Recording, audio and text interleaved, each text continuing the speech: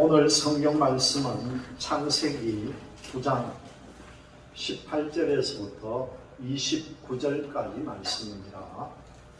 오늘의 말씀의 제목은 덮어주는 삶이다. 이 내용을 가지고 여러분들과 은혜를 나눌까 합니다. 덮어주는 삶은 어떤 삶인가? 여러분, 흔히 세상에서 출세를 해가지고 잘 나가고 있을 때에 주변에서 그 사람에게 충고하는 말이 뭡니까?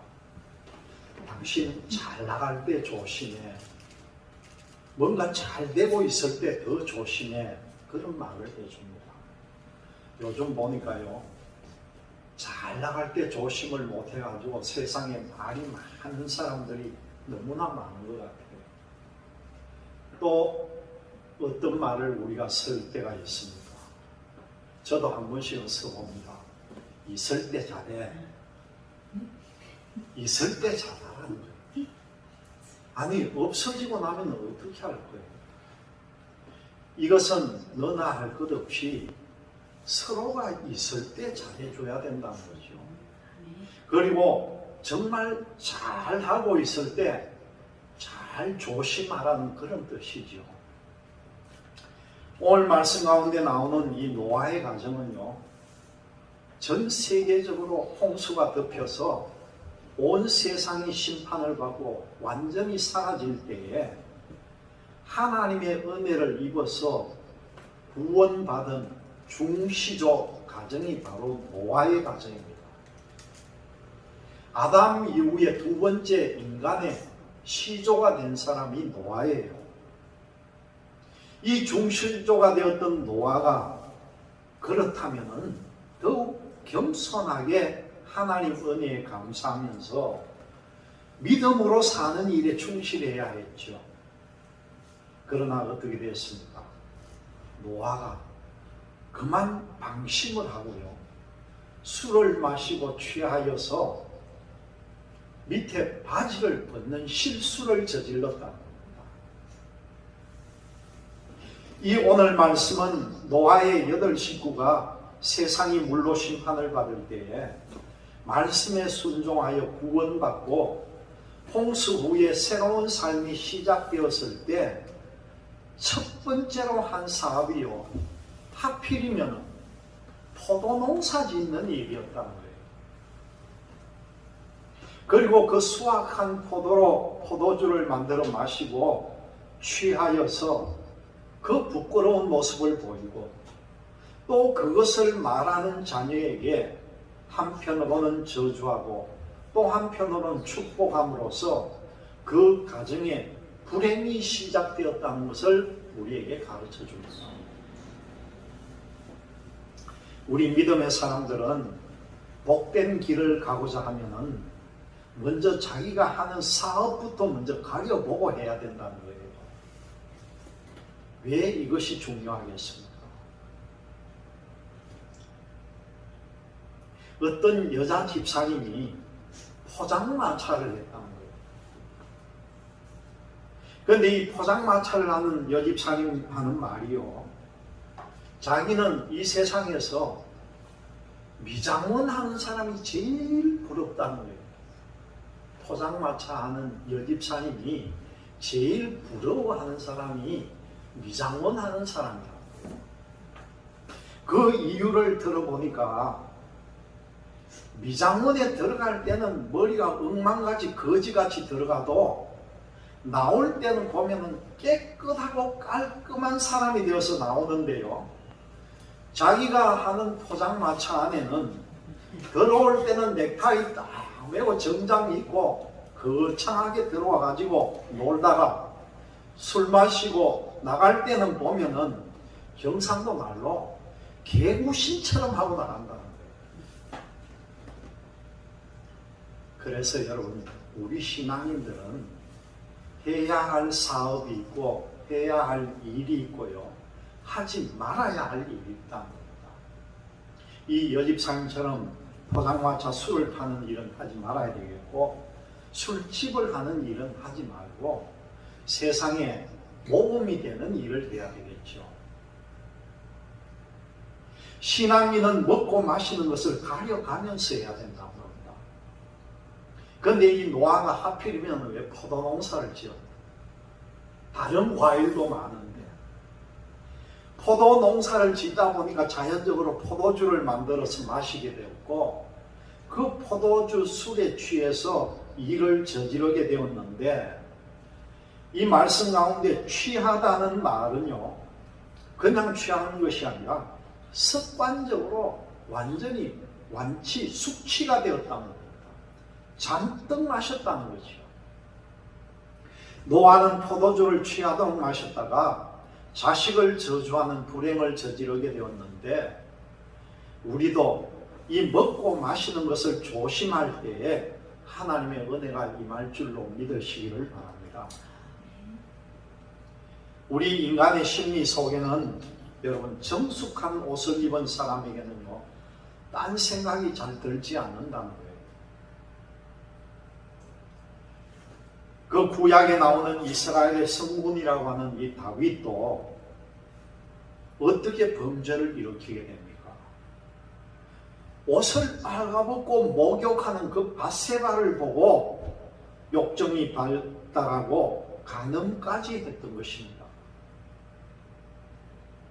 그러므로 신앙인들은 정숙한 옷을 입고 하나님 앞에 서야 된다는 거예요. 오늘 말씀에 노아는 술에 취하고 하체를 드러냄으로써 이 노아의 가정에 불행이 찾아오게 됩니다. 우리 모두가 하나님 마음에 맞는 옷차림으로 복이 되는 삶을 살아가시기를 기원합니다. 돌이켜보면 역사는 늘 둘로 나뉘게 되어 있어요.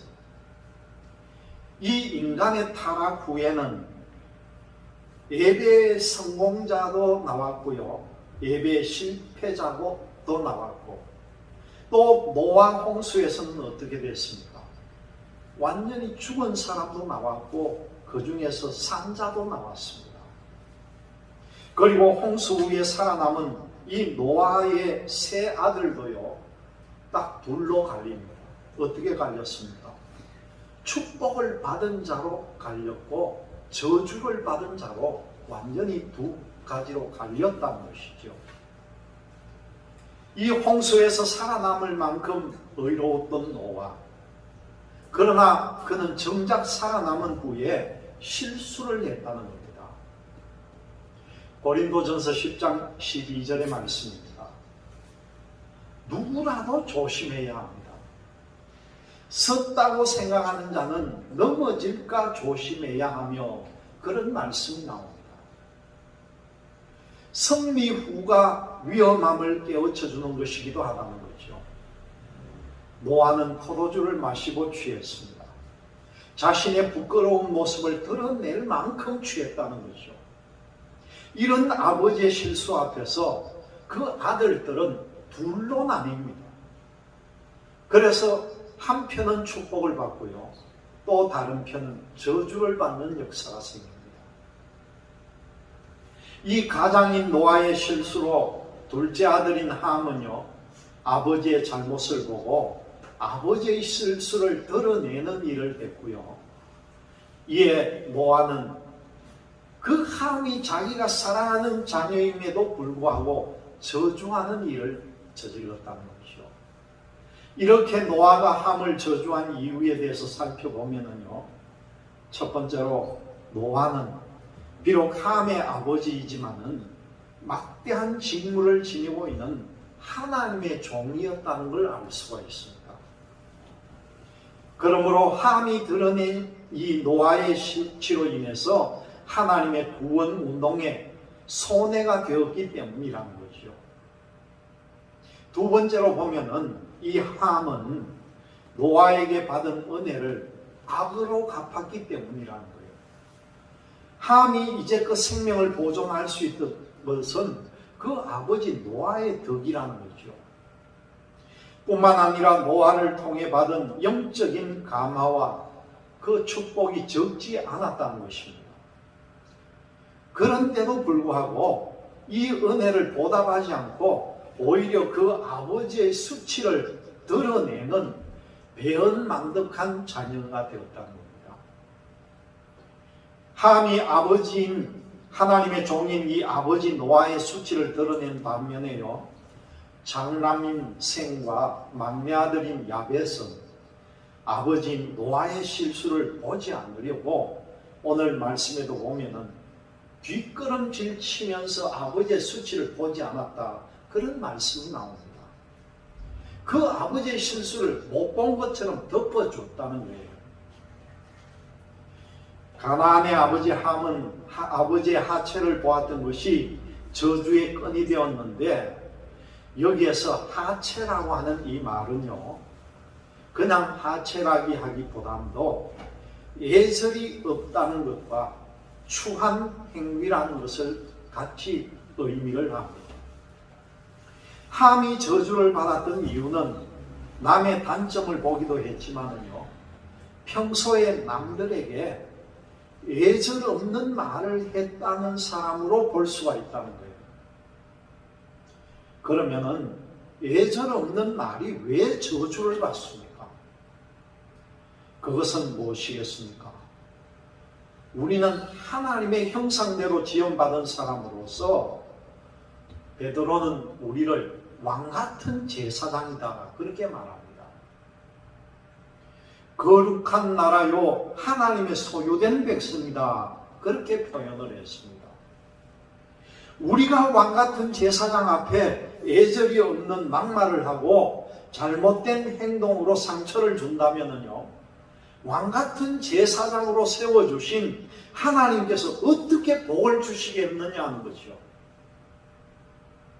그런데 복을 받은 이 셈과 야벳은 남의 단점이나 또 아버지의 하체를 보지 않고 덮어주었는데 바로 그것이 복이 되었다는 거예요. 가나안의 아버지 함은 남을 단점을 보고 말함으로 인해서 저주를 받았는데, 이 말은요, 생명을 살리는 말이 있고 화합을 하는 말을 해야 거기에 복이 따라온다는 거예요. 그래서 그 말이 그만큼 중요하다는 겁니다. 창세기 1장을 보면요, 하나님께서 뭘 어떻게 하셨습니까? 이 말씀으로 천지를 창조하십니다. 그러니까 이 말씀이 얼마나 중요합니까? 그런데 뱀과 아담, 이 뱀이 아담과 하와를 유혹할 때도 뭘로 넘어지게 합니까? 말로서 넘어지게 하는 거예요. 그러니까 얼마나 이 말이 중요합니까? 말은 속담에도 가는 말이 고와야 오는 말도 곱다, 그런 말이 있잖아요.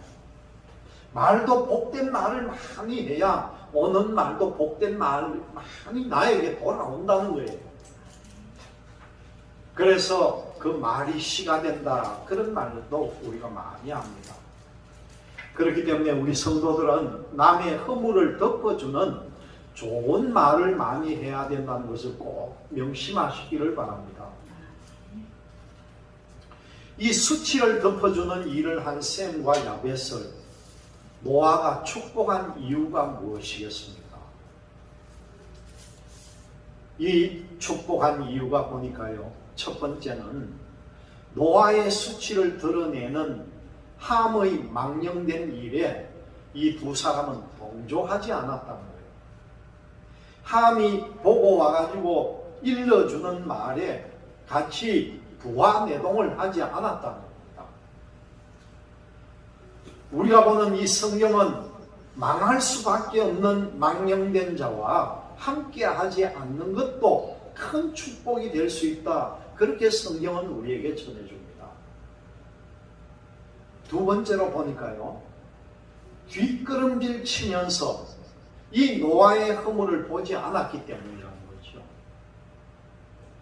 우리 인간은 남의 치부에 대해서 듣게 되면은 귀가 커지게 되는데도 불구하고 이 셈과 야벳은 이런 소리를 듣고도 더 알려고 하거나 더 보려고 하지 않았다는 겁니다. 이 뒷걸음질한 것은요, 믿음의 손해 보지 않겠다고 하는 확고한 의지가 있었다는 거예요.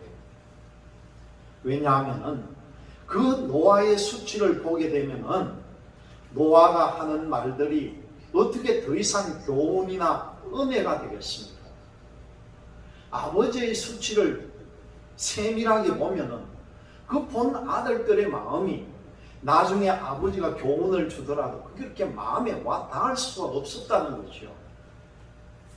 자신들의 믿음의 손해를 보는 일에 자기들의 눈과 귀와 입을 사용하지 않겠다는 단호한 의지의 표현이 여기에 나옵니다. 세 번째로 보니까 아버지 노아에게 받은 은혜에 감사하는 마음이 있었고, 이것이 행동으로 나타나서 노아의 허물을 덮어주었다는 것입니다. 하나님께서는 받은 은혜에 감사할 줄 아는 사람들에게 감사의 분량에 합당하게 10배로, 100배로, 1000배로 감사할 일들을 주시는 하나님이시라는 것을 믿었다는 것이에요.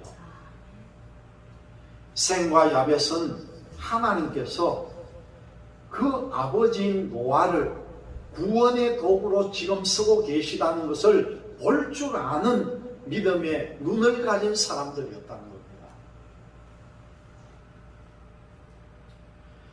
술에 취해서 잠에서 깬 노아는요, 그동안에 일어난 모든 일을 알고 난 뒤에 그 셈과 야벳은 축복을 하였지만요, 그 아비의 허물을 흉본 함을 저주하는 내용이 지금 나옵니다. 그런데 놀라운 것은 그 아들인 함만 저주한 것이 아니라 보니까 어떻게 됐습니까? 그 아들 가나안까지 저주를 받았다는 거예요. 그렇다면 이 노아의 화가 얼마나 컸느냐는 것을 우리는 말씀을 통해서 볼 수가 있습니다. 여러분, 우리는 남의 흉이나 허물을 너무 쉽게 떠벌리는 사람을 볼 때가 있습니다. 그리고 어떤 때는요, 사실이 아닌 것까지도 자기 나름대로 추측하고, 또 이 세상에 보면은요, 흔히 저 방송에도 보면은 찌라시라는 말을 참 많이 해요. 그런 말까지 붙여서 온 세상에 떠돈다는 것입니다. 사실이 아닌 것이 얼마나 많이 이 세상을 돌아다니는지 몰라요. 가끔 어떤 때 유튜브를 한 번씩 보는데 보면은 정말 가짜 뉴스가 얼마나 많은 세상인지 모릅니다. 옳은 것만 전해도 모자랄 판인데 이 세상에는 가짜가 너무도 넘쳐 흐른다는 거죠. 근거 없이 남을 험담하는 것은 물론이고요, 사실이라도 공개적으로 그것을 퍼뜨리면은 진짜를 퍼뜨렸더라도 명예훼손죄가 될 수도 있습니다. 그러니까 이 말을 조심해야 되는데, 이 말 한번 잘못함으로 인해서 지금도 보면 검찰에 왔다 갔다 하는 사람들이 얼마나 많은지 모릅니다. 요즘은 세상이 밝아져 가지고 말 한마디 뻥끗 잘못하면은 무슨 시민단체니 뭐니 해서 금방 고발장을 집어넣고요, 수사한다고 오라가라 그 검찰을 들락날락 거리는 거예요. 요즘 또 대선 때가 되니까 더 많은 가짜뉴스, 그리고 더 많이 그동안에 숨겨졌던 일들이 이제 표면 밖으로 드러나면서 어느 정도 정화할 수 있는 기간이 이제 오리라 보고 있습니다. 우리 특히 그리스도인들은 이런 모든 것에 더욱 주의해야 합니다.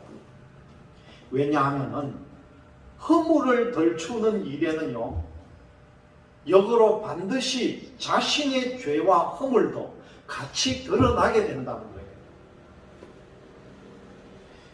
이것이 바로 우리가 흔히 말하는 부메랑의 원리와 같다는 겁니다. 부메랑이 뭡니까? 어떤 사냥감을 향해서 내가 던지면 그것이 날아갔다가 다시 제자리 나에게로 돌아오는 무기예요. 주님께서는 마태복음 7장 1절과 2절에서 이렇게 말씀합니다. 비판을 받지 아니하려거든 비판하지 말라, 그렇게 말씀합니다. 너희가 비판하는 그 비판으로 너희가 비판을 받을 것이요, 그렇게도 말씀합니다. 여기서 비판은요, 심판으로도 번역이 되는데 건전한 비판이 아닌 비난을 뜻하고 있다는 겁니다. 말씀 가운데 나오는 이 노아와 함의 관계는 단순히 가족의 관계를 넘어서 하나님의 심판으로부터 구원을 받은 공동체입니다. 함께 구원받은 공동체의 허물을 덜추어낸다면 그 공동체가 어떻게 건강하게 설 수 있겠느냐는 거예요. 여러분, 지금 얼마나 많은 가정과 또 교회가 그리고 이 사회와 나라가 지금 무너지고 있습니다. 자신의 죄와 허물을 묻어둔 채에 형제의 죄와 허물을 덜추어낸다면 어찌 하나님께서 기뻐하시겠느냐는 거예요. 이 노아의 사건을 통해서 우리가 하나님의 마음을 잘 살펴볼 수 있어야 합니다. 이 노아와 그 아들들의 사건으로 일어난 축복과 저주의 사건을 통해서 우리는 서로의 허물을 잘 덮어주는 삶, 그리고 서로 칭찬하는 삶을 살아가시기를 주님의 이름으로 기원드립니다.